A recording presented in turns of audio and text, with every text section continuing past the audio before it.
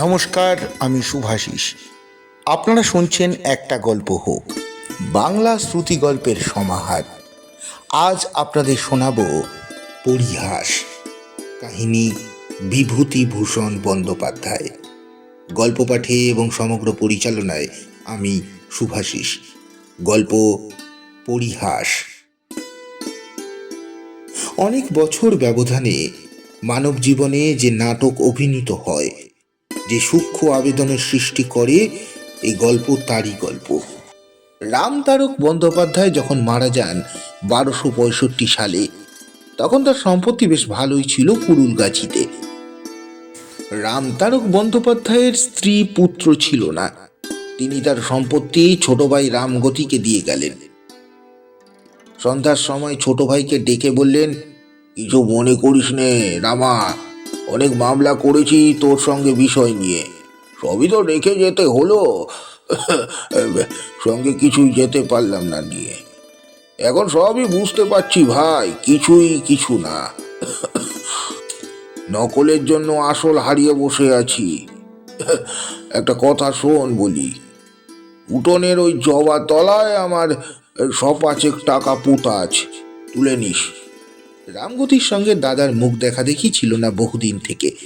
কেউ কারো বাড়িতে যেত না, যদিও পাশাপাশি বাড়ি। রামগতি কেঁদে ফেলে বললে, দাদা দাদা তুমি কি বলছো? আমি যশাই কোঠি থেকে নীলমণি কবিরাজকে কাল সকালে নিয়ে আসবো। কোনো ভয় নেই দাদা, তুমি ভালো হয়ে উঠবে। রামতারক ম্লান হেসে বললে, এদিকে আয়, আশীর্বাদ করি। নীলমণি কবিরাজকে আর আনতে হয়নি। শেষ রাতের টাল আর সামলে ওঠেনি বৃদ্ধ রামতারক। দাদার শ্রাদ্ধ শান্তি রামগতি পল্লী নিবাসের হিসাবে ভালোভাবেই করলেন। লোকে তাকে ভালোই বললে। এতদিন দাদা মামলা মোকদ্দমা করে ছোট ভাইকে নাস্তানাবুদ করেছিল, অনেক ফাঁকি দিয়েছিল বুড়ো। রামগতি ভালো প্রতিশোধই নিয়েছে। শ্রাদ্ধ শান্তি চুকে যাওয়ার পরে একদিন রামগতি তার চাকর হারাধনকে ডেকে বললে, হারাধন, ওই কোদাল নিয়ে চল তো আমার সঙ্গে দাদার বাড়ি। কেন গো ছোট বাবু, কি হবে কোদাল? চল না বলছি। দাদার বাড়ির উঠোনে পৌঁছে হারাধনকে বললে, এই যে এই জবা গাছের তলায় খোঁড় দেখি ভালো করে। কেন? দাদা বলে দিয়েছিল টাকা বোটা আছে ওইটার তলায়। তুমিও কি পাগল নাকি? টাকা পুঁতে রেখে গিয়েছে তোমার জন্যই। আরে তুই খোঁড় না ভালো করে দেখ। আরে বকিস নি, কর। হারাধন বিশ্বাসী। হারাধন এই সংসারের পুরনো বিশ্বাসী চাকর। অনেকদিন থেকে রামগতির কাছে আছে। মনিবের ওপর অনেক সময় সে হুকুমও চালায়। ভালো মানুষ রামগতির হাসি মুখে সহ্য করে। অনেকক্ষণ ধরে খোঁড়া হলো, কিচ্ছু পাওয়া গেল না। রামগতি বললেন, এই উত্তর দিকটা খোঁড়তো। হ্যাঁ, উত্তর দিকের খোঁড় দেখি। তারপর খানিকক্ষণ পরে বললেন, পেলি নে? আচ্ছা, দক্ষিণ দিকে খোঁড়, দক্ষিণ দিকে। 6 ঘন্টা খোঁড়াখুড়ি করেও কিছু পাওয়া গেল না। রামগতি এই টাকার উপর নির্ভর করে দাদার শ্রাদ্ধে অনেক কিছু বেশি খরচই করে ফেলেছিলেন। হারাধন বললে, আরে তখনই তো বললাম ছোট বাবু, ও বড় বাবুর আর খেয়ে দে কাম নেই, আপনার জন্য টাকা পুঁতে রেখে যাবে। তাই তো বললে যে দাদা মৃত্যুর কিছু আগে। তাই তো বললে। ও অমন বলে, রোগের সময় কে কি বলে তাই কি দেখতে আছে? দেখতে গেলে চলে। এই ঘটনার কিছুদিন পরে রামগতিরও মৃত্যু হলো। রামগতির একমাত্র শিশুপুত্রের বয়স তখন 5 বছর।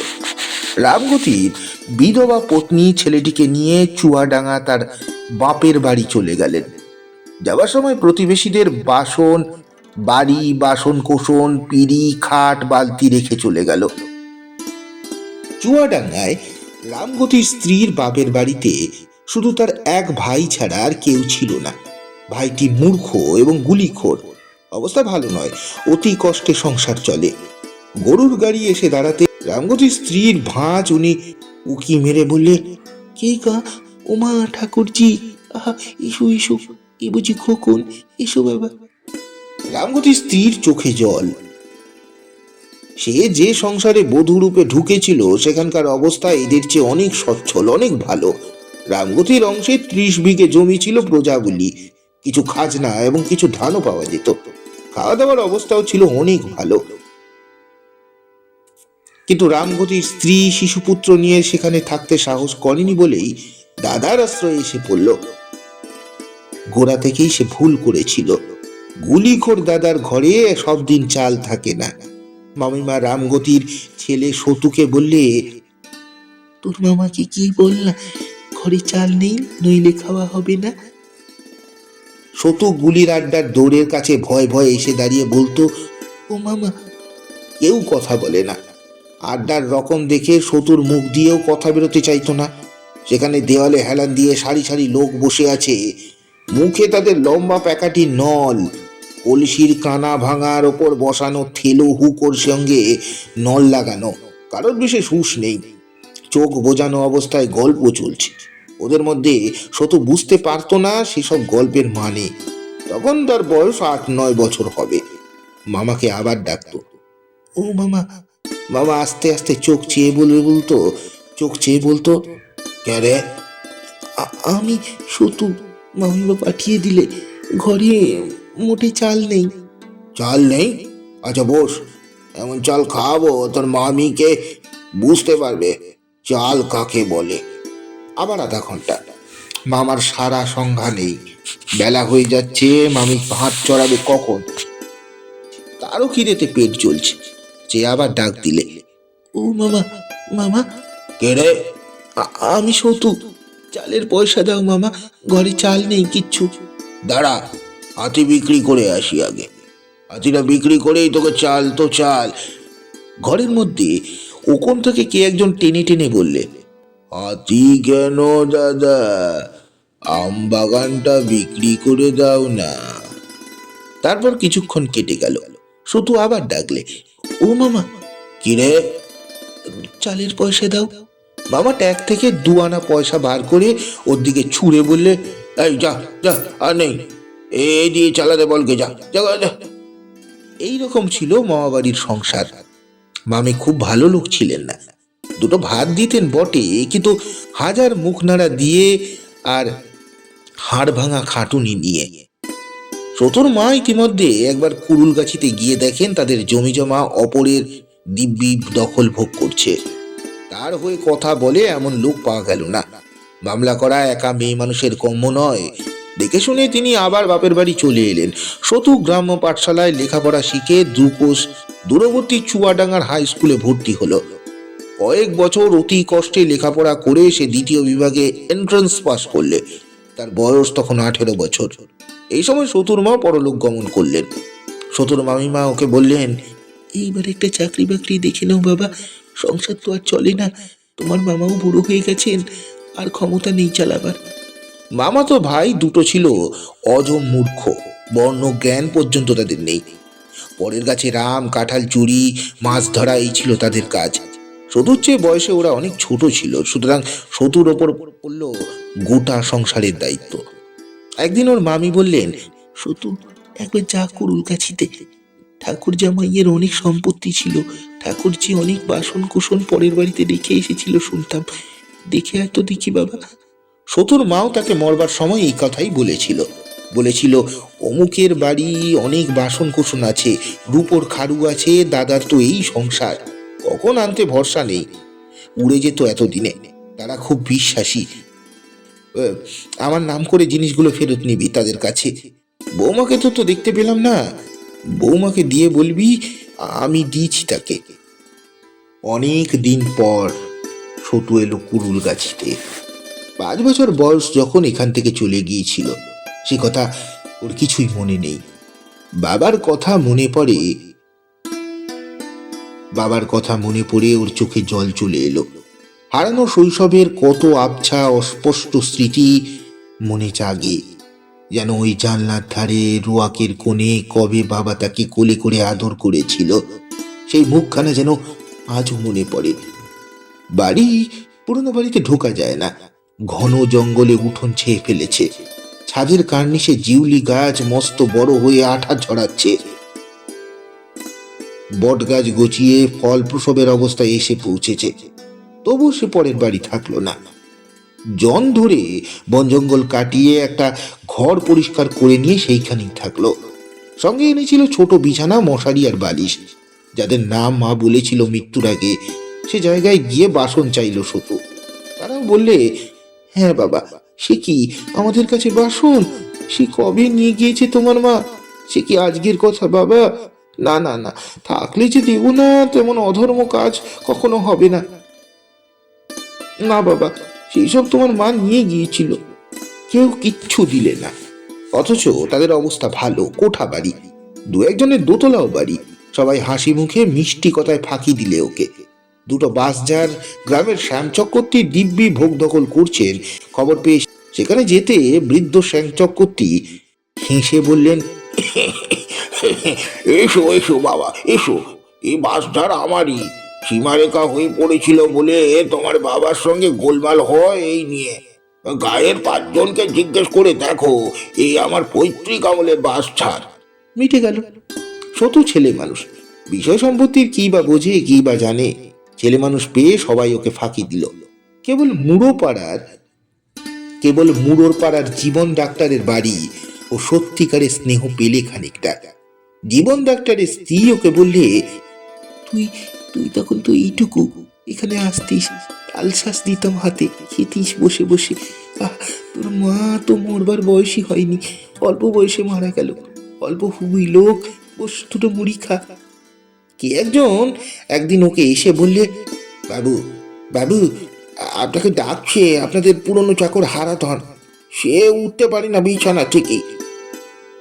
আপনি এসছেন শুনে কদিন কেবল আমাকে বলেছে আপনাকে ডাকতে, তা আমার তো সময় হয় না।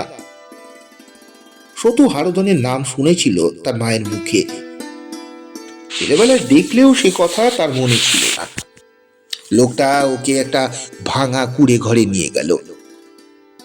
উঠোনে একটা কামরাঙা গাছে পাকা পাকা কামরাঙা ঝুলছে। ঘরের দাওয়ায় একটা মাছ ধরার ঘুনি উপুর করা আছে। ঘরের মধ্যে অন্ধকারে মেঝের ওপর বিছানায় একটা লোক শুয়েছিল। সতু ঘরে ঢুকতেই লোকটা বিছানায় উঠে বসার চেষ্টা করলে। মুখের দিকে চেয়ে বললে, কে? খোকন, আমার খোকন শোনা, কাছে আয়, ভালো করে দেখি, কোলে পিঠে মানুষ করেছি তোরে। লোকটা হাউ হাউ করে কেঁদে উঠল। সতু তো অবাক, চুপ করেই রইল সে। লোকটা বললে, বাবা, তোমারে ডেকেছি কেন বলি? আমি মহা পাপ করেছিলাম, তোমার কাছে সেটা বলি। আমার সব গায়ে ঘা হয়েছে, তার উপর জল খেতে পাইনি, কেউ একটু জল মুখে দেওয়ার লোক নেই। তোমার জ্যাঠা মশাই মরবার সময় তোমার বাবারে বলে, ওই তাদের উঠোনে জবা তলায় 500 টাকা পোতা আছে, আবার সে টাকা তুলতে বলে তোমার বাবা। আমি মাটি খুঁড়ে দেখলাম একটা পেতলের বগ্নর কানা দেখা যাচ্ছে। আমি তেমনি মাটি চাপা দিয়ে ফেললাম।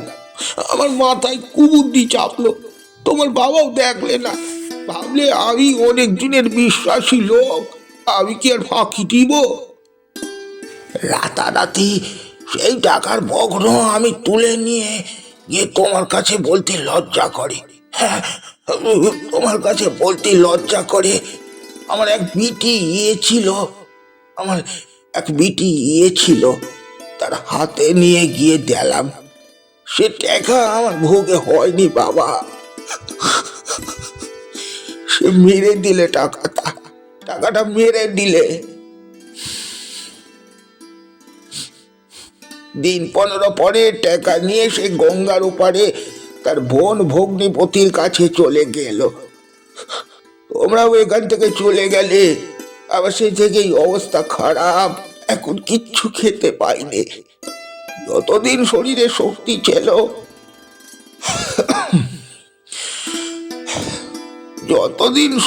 শক্তি ছিল জন খেটে পেটের ভাত চালিয়েছিলাম।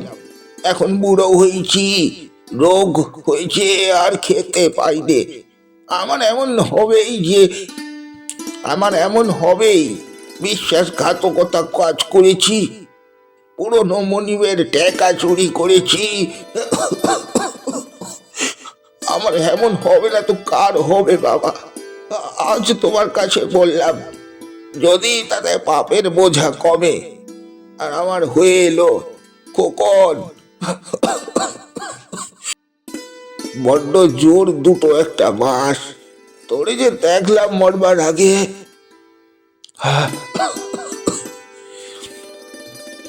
দেখে গেলাম মরবার আগে। সত্য কিছুক্ষণ সেখানে বসে দু একটা সান্ত্বনার কথা ওকে বললে, তারপর পকেটে হাত দিয়ে যা ছিল ওর বিছানার পাশে রেখে ঘর থেকে বেরিয়ে চলে গেল। সমাপ্ত। গল্পটি আপনাদের কেমন লাগলো অবশ্যই জানাবেন।